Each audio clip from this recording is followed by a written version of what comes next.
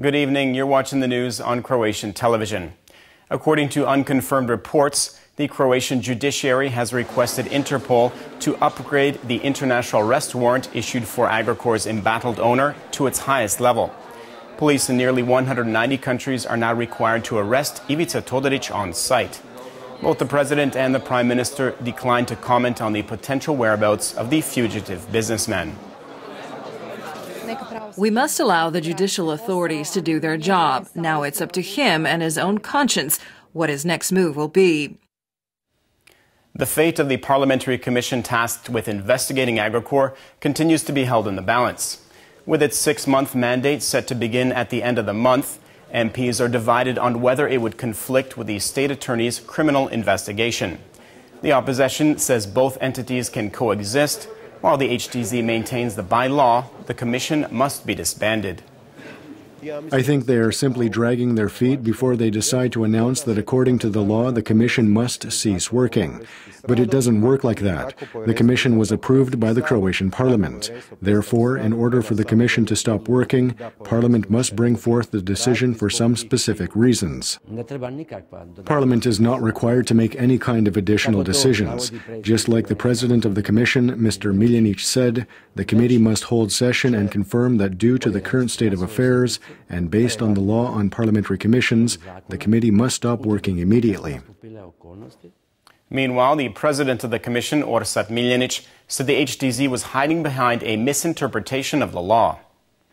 The citizens of this country deserve to know the truth behind Agrokor. We are not here to pass judgment on an ongoing criminal investigation. We will merely touch upon certain aspects of the case. As a commission, we will respect the ongoing investigation. In every other aspect, the commission has been given a mandate by Parliament, and as long as that decision stands, the commission will continue to function. Prime Minister Andrej Plenković and President Kolinda Grabar-Kitarović responded.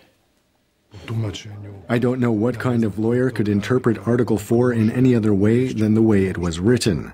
It states if the matter being investigated by the Commission goes to the courts, then the Commission's work stops. I believe we should continue to investigate other matters that may not be handled by the judiciary, that is, are not covered by the indictments. This is in everyone's interest, and I hope that the dialogue in Parliament will continue in this vein. A conference was held in Zagreb on European Justice Day. Justice Minister Dražen Bošnjaković and the Chief State Prosecutor argued that in spite of some negative perceptions regarding the judiciary's efficiency and effectiveness, the Croatian legal system was showing improvements.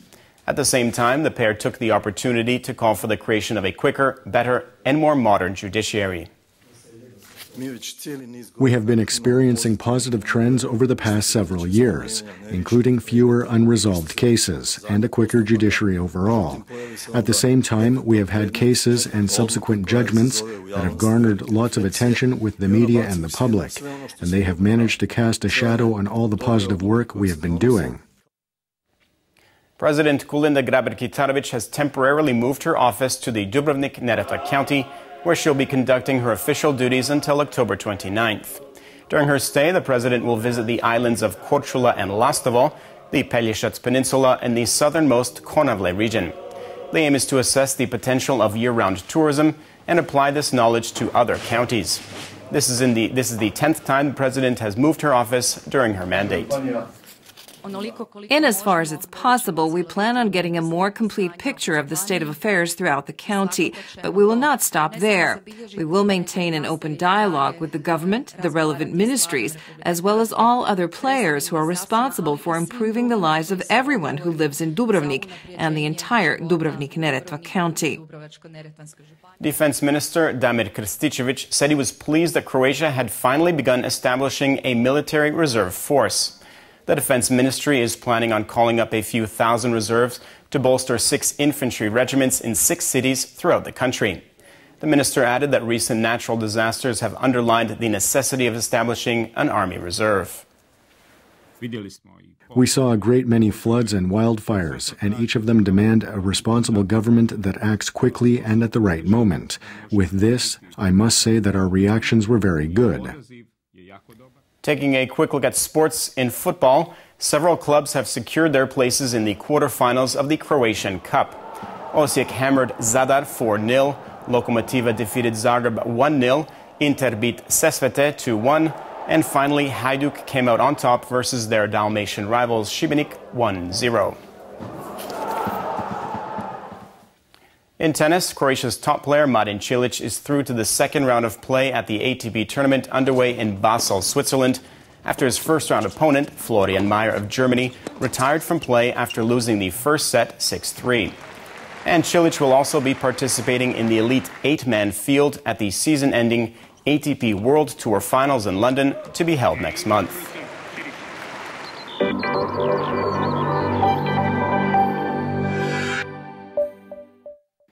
The weather forecast for tomorrow calls for mostly sunny skies with scattered clouds.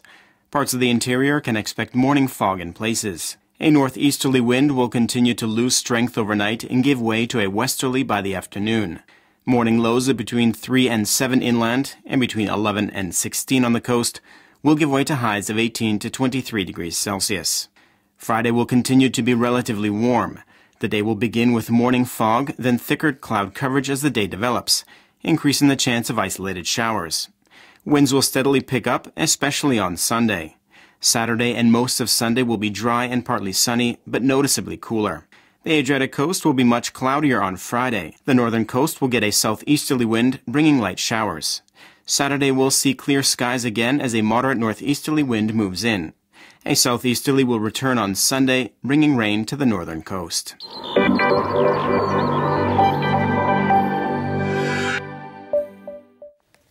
And that brings us to the end of our program. Thanks for watching. We'll see you again tomorrow night.